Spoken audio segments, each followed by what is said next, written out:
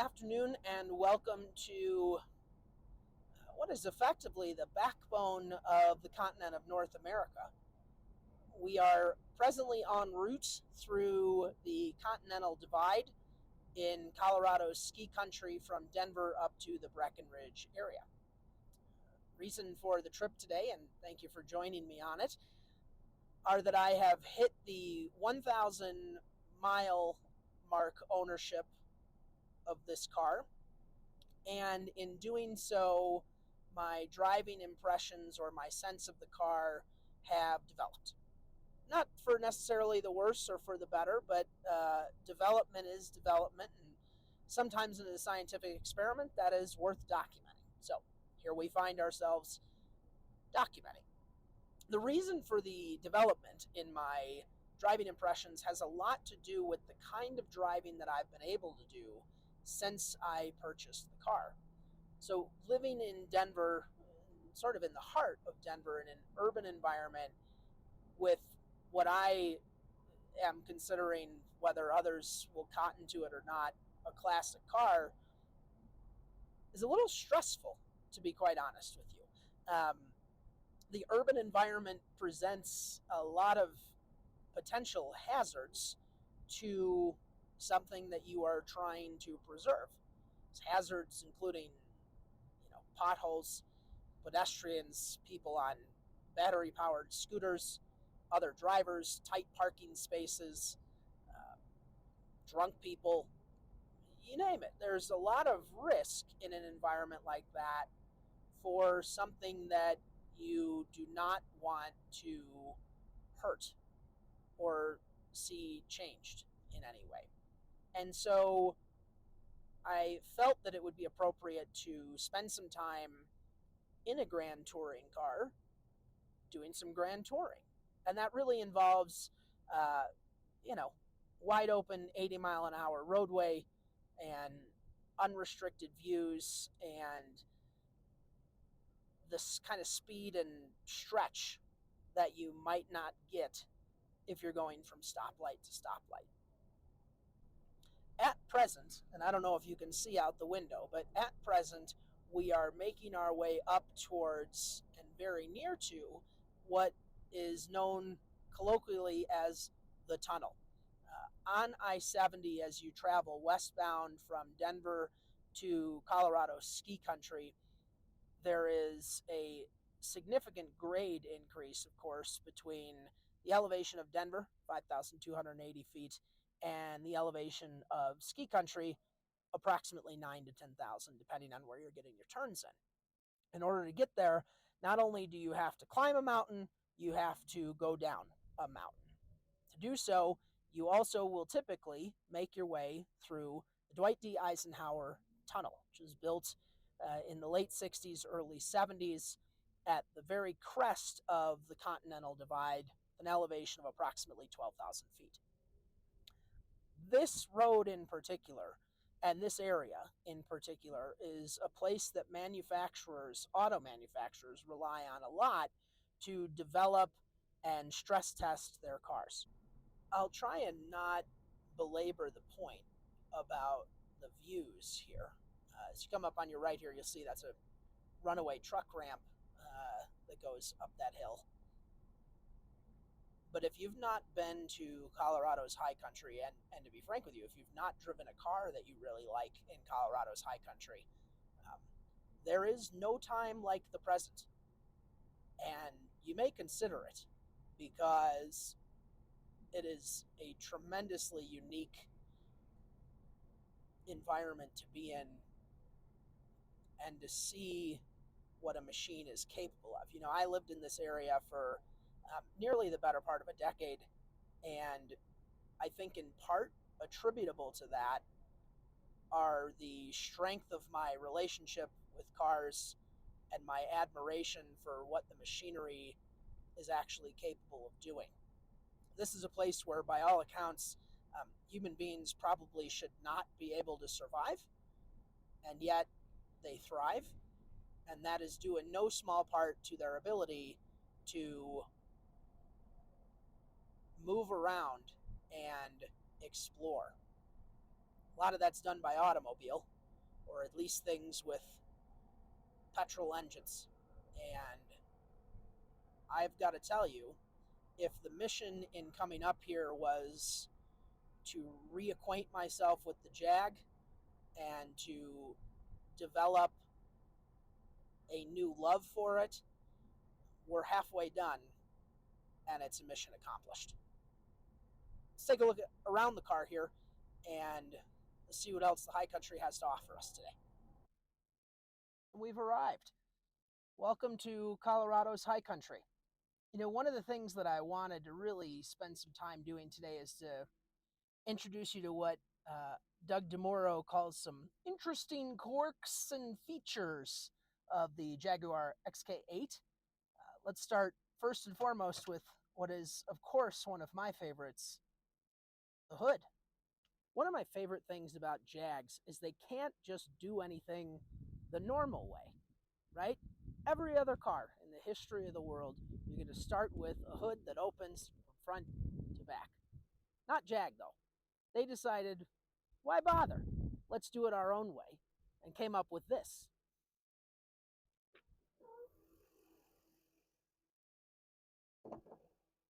It's just one of the little ways that these cars set themselves apart from anything that you would find normally. It's not much, right? It's still got levers. It's still got, you know, the levers that you need to get it up and down.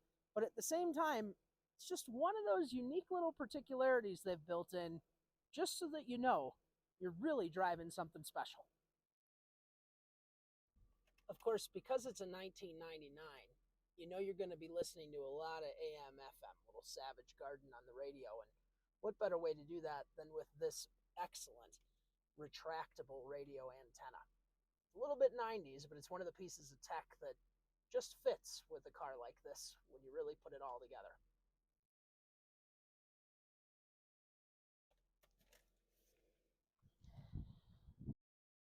There are also these little indicators that you're driving a British car in particular, one of which being anytime that you pop the trunk, the system's going to display a little message that the boot is open. These are the little tiny things that you pick up as you drive these cars that just reinforce the idea this isn't your standard issue European performance car. It's a Jag. Almost as a bit of an afterthought, they also decided that if these things were going to come stateside, they better put some darn cup holders in them.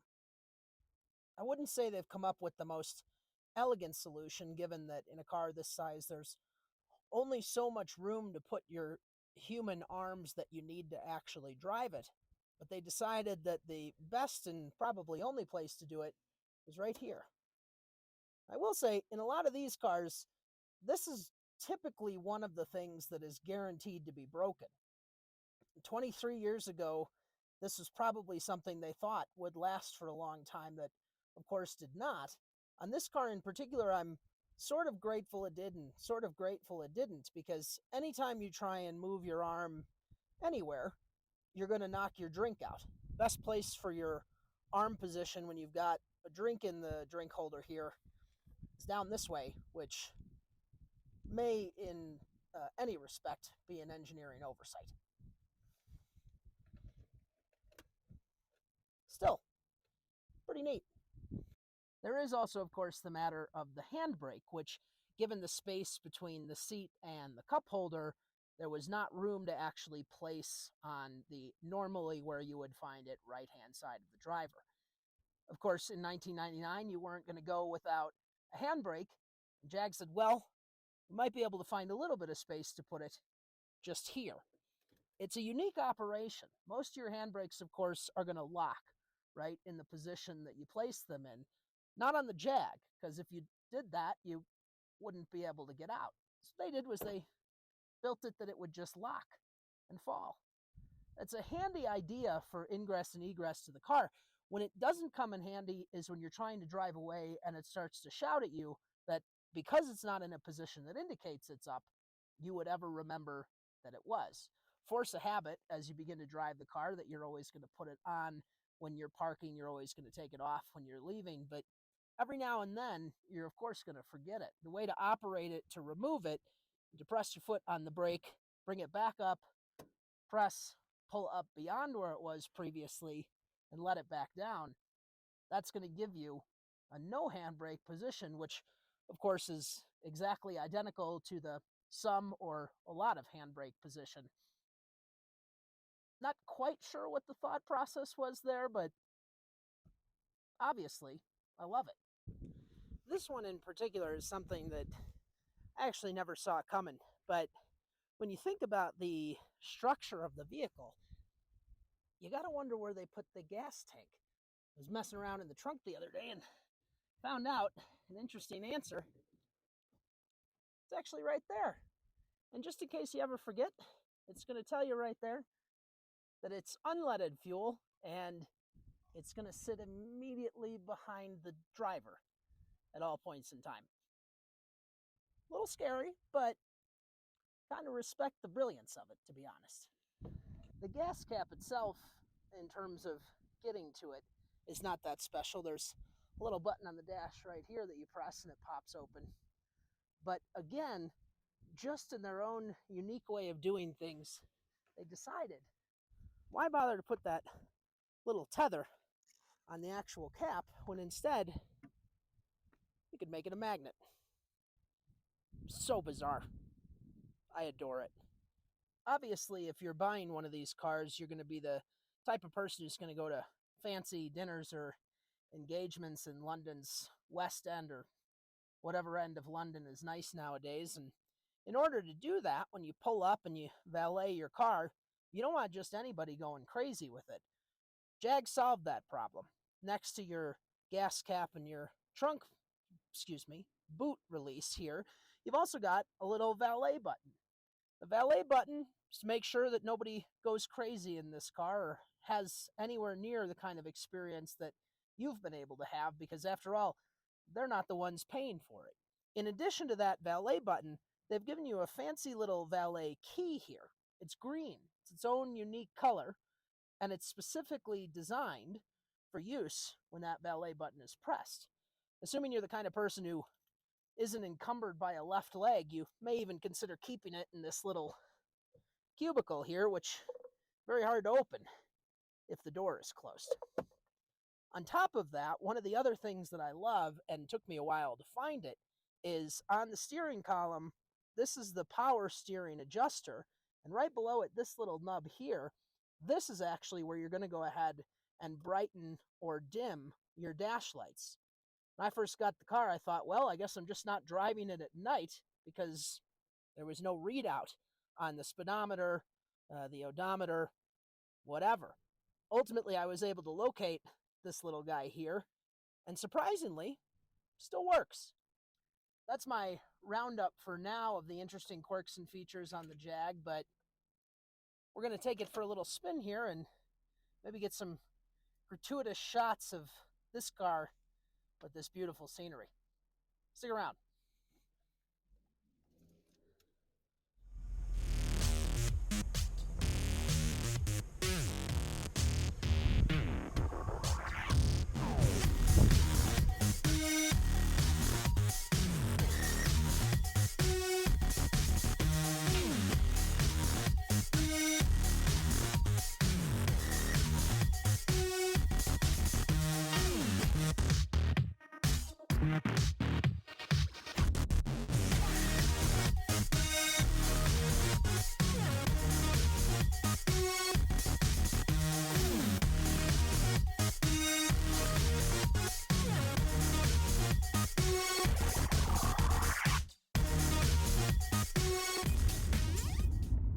Well, folks, in some sort of a literal sense, and definitely in a figurative sense, kind of run out of road here. It's about 150 miles today on the Jag, and having done that, I feel very grateful for the hubris or the ego or the stupidity or God only knows what possesses a person to buy one of these. Maybe it's all the above. But I'm glad that I've got it, and I'm glad that I did it. having kind of gone back and forth about, is this a realistic car to have? Was it just a kind of an impulse buy? Was it really a heartstrings purchase? I think the answer is yeah, it is definitely a heartstrings purchase. Definitely. But boy, when this thing plays, it plays him like a fiddle. The difference between being down here and being out on the open road is you really do get to just focus on the driving. Right up in the mountains, the traffic is light, the roads are great, the scenery is incredible, and the car is at home. Bear with me through an extended hypothetical, right? I mean, if we're going to call them after big jungle cats, I think that's a partially apt analogy, right? I mean, Jaguars, you see them in the zoo and they're pretty to look at, but it's not something you'd want to be in close quarters with, right? That's kind of what city driving is in this car. But you see a jungle cat, you watch it on National Geographic, it's out in the wild, right? It's hunting, it's doing what it's purposely built to do. It's in its truest form, and it's spectacular. That's what this car is on the highway. Straight up and down, that's what this car is on an open road.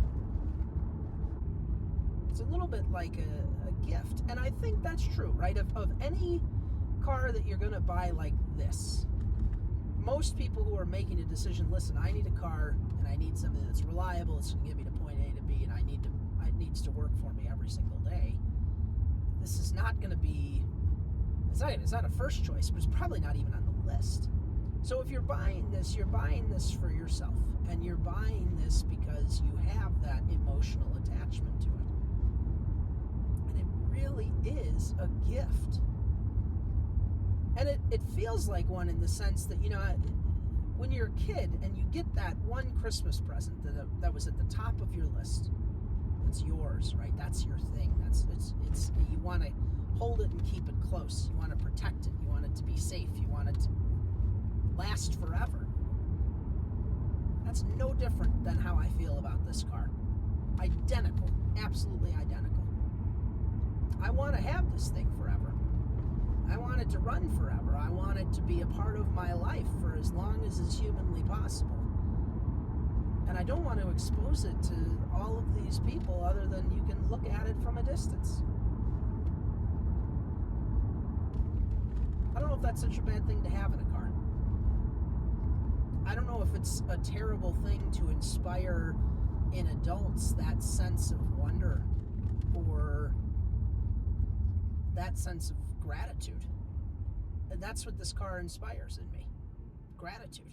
What an enormous privilege to be able to ride around in a sculpture, a perfect sculpture that is emblematic of a unique sense of style, emblematic of a particular period in time when things were made differently because it was permissible, when things were of their own wonderful design because of the fact that they could be.